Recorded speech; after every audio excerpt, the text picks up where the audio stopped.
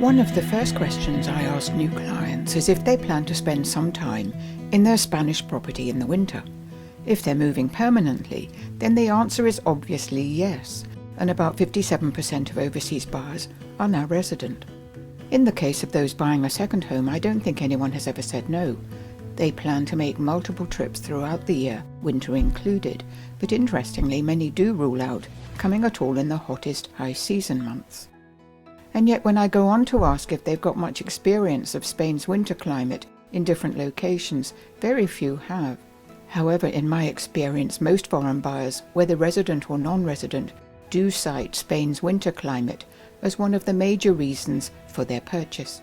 Do you know how much winter temperatures vary in Spain? The answer is a lot. Everywhere on the coast in Spain is great in summer, but winter conditions differ, and a lot of that is to do with which way the coast and properties face.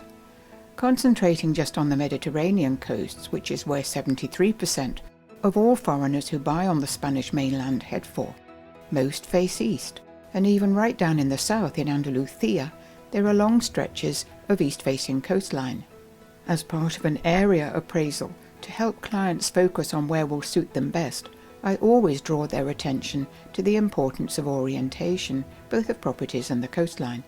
So an essential piece of kit for external assessments is my compass. If you want the best winter daytime temperatures on the European mainland, does it matter which way a property or coastline faces? You bet it does.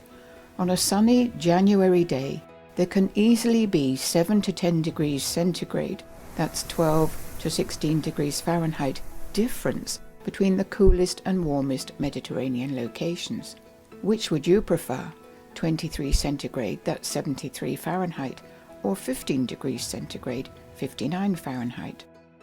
Another factor is Mediterranean nights can be cold and temperatures slow to rise. In mid-December in Marbella, the sun doesn't pop over the horizon until around 8:30. Give it a few hours to warm things up and by late morning it's t-shirt weather. But on an east-facing coast or in an east-facing property, the sun can be starting to disappear behind you just as the temperature is getting going.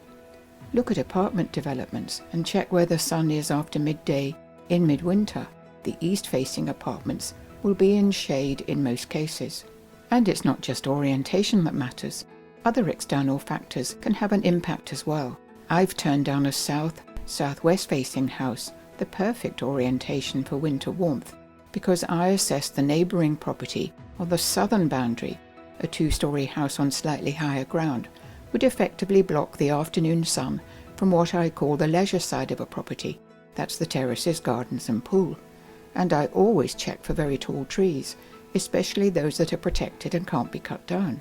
Even in the most sheltered locations, if you're not in full sun, it will be too cold to sit outside on a winter's afternoon. Assessing the sun's winter trajectory is very difficult if you're viewing properties in spring, summer or autumn, and that's when our local knowledge is vital. One thing I promise is if there is an east-facing property on your viewing shortlist, our appointment will be in the afternoon. Do get in touch and we'll make sure you get it right.